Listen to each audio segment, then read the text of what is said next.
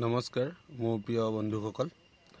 আজি এই গামোচাখন গলত লৈ থকা কাৰণটো আপোনালোকে বুজিব পৰা নাই। মই আপোনালোকক কওঁ, এই গামোচাখনে আমাৰ অসমীয়া সমাজত এটা আমাৰ অংগ বুলি ক'ব পাৰি। আমাৰ অসমীয়া সমাজত এটা বৃহৎ গুৰুত্বপূৰ্ণ ভূমিকা গ্ৰহণ কৰে।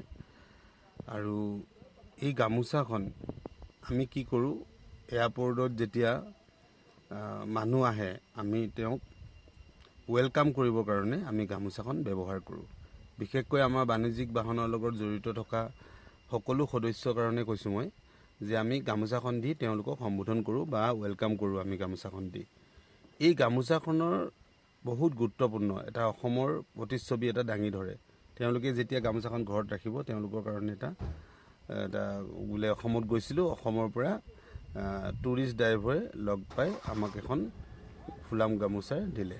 এই গামোচাখনৰ গুৰুত্ব কিন্তু বহুত ডাঙৰ। আৰু বিশেষকৈ মই এইটো কাৰণেই ক'বলৈ গৈছোঁ যে এই গামোচাখন যে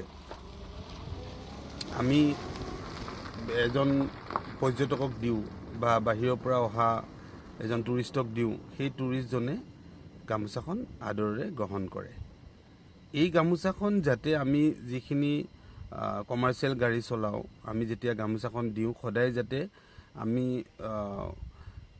মেচিনত বোৱা গামোচা নহয়, সেইখন যাতে আমি শালত বোৱা হয় আৰু গাঁৱৰ গামোচা হয়। শালত বোৱা গামোচা যদি গাঁৱৰ গামোচাৰ হয়, মানে অৰিজিনেল সূতাৰ বা মেচিনত বনোৱা নহয়, তেওঁলোকে তেতিয়াহ'লে বিশেষকৈ বহুত ভাল পাব।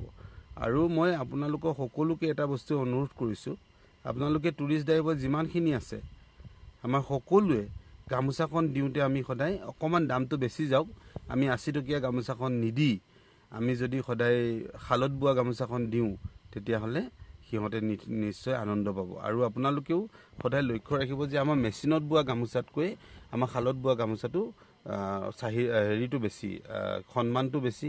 আৰু সকলোৱে যদি আমি এভইড কৰোঁ তেতিয়াহ'লে গাঁৱৰ শিপিনীকেইজনী চলিব পাৰিব আৰু আমাৰ অসমৰ মানটো বহুত ওপৰত গুচি যাব, বা অসমৰ ৰাইজে যিখিনি কামৰ এই গামোচাৰ লগত জড়িত শিপিনী তেওঁলোকৰ কিবা এটা পইচা আহিব। সেইকাৰণে সকলোকে অনুৰোধ কৰিম যে আমি গামোচা এখন দিওঁতে সদায় আমি যাতে মেচিনত বোৱা গামোচা নিদি শালত বোৱা গামোচা দিওঁ। ধন্যবাদ।